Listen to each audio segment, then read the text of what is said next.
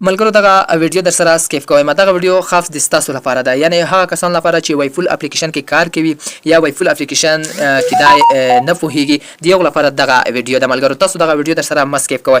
دغه ویډیو هغه کسانو ته شیر کړئ چې ویفول اپلیکیشن کوي، یعنی ویفول اپلیکیشن کې د کار کوي. نو ملګرو ویفول اپلیکیشن کې تاسو لیدلې وي د یو دوه هفته کېږي چې ویفول اپلیکیشن کې زیات کسان یعنی سخت وایرل شوی د نږدې وخت کې فرلانیز رسنیو کې. نو دغه چې د 2000 کال کې خورغلی دی، خو اوس وخت کې به زیات کسان دغه کې اکونټ جوړوي. نو ملګرو ډیر کسان ستونزه پکې لري، یعنی اکونټ نوی دی، یعنی برنامه نوی ده، نو خلک پر ډیر نه پوهیږي. د دې لپاره ما درته ویډیو راوړې ده. ویډیو مسکې کوی درته معلومات درکوم، خاص همدا ډول معلومات درکوم چې تاسو به خوښ وي.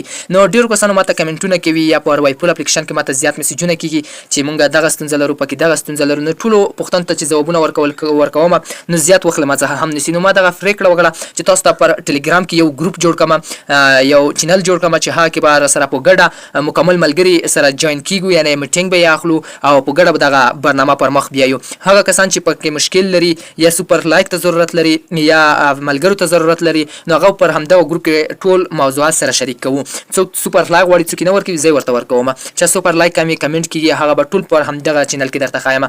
همدغه چینل لینک به زما د ویډیو په ډسکرپشن کې راشه. تاسو به دغه چینل ته کله چې تاسو چینل ته جوائن شئ پر یو ویډیو باندې به تاسو کمنټس وکړئ.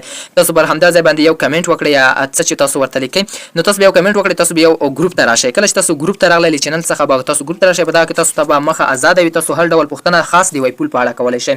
نورو په اړه تاسو پوښتنه نشئ کولای یا لینکونه پکې شیر کړئ. کوم کسان چې پکې لینکونه شیر کړي یا پکې خاص د معلومات اخلي هغه ورڅخه ریموو کوم. تاسو لپاره هم د ویفول په اړه یو خاصه دا ګروپ جوړ کړی دی، یعنی دا ګروپ چې کوم دی نو ملګرو غزه درته خایم. نو ملګرو همدغه ویفول ریحان کینګ همدغه به زما دغه ګروپ پر همدغه ګروپ کې تاسو خپل پیغامونه پرېښودلی شئ. سیده نو دغه ګروپ مخه به درته آزاده وي. تاسو هر ډول سوپر لایک ته ضرورت لرئ، پکې میسج وکړئ. سوپر لایک ته ضرورت لرئ، خپل آی ډي پکې ولیکه. کسان به درځي تاته به سوپر لایک درکوي، یا کوم کس چې تاسو سوپر لایک درکړی دی هغه کس ته سوپر لایک بیا ضرورت شي بیا ته ورته ورکوي. ته کومه پوښتنه لري بل کس دی ستا پوښتنې جواب لري هغه به درته جواب درکوي. نو ملګرو پر همدې په اړه دغه ګروپ درته جوړ کړی دی، همدغه چینل مې درته جوړ کړی دی. تاسو دغه کتلی شئ، دغه ستاسو ګروپ دی او همدغه ستاسو چینل دی.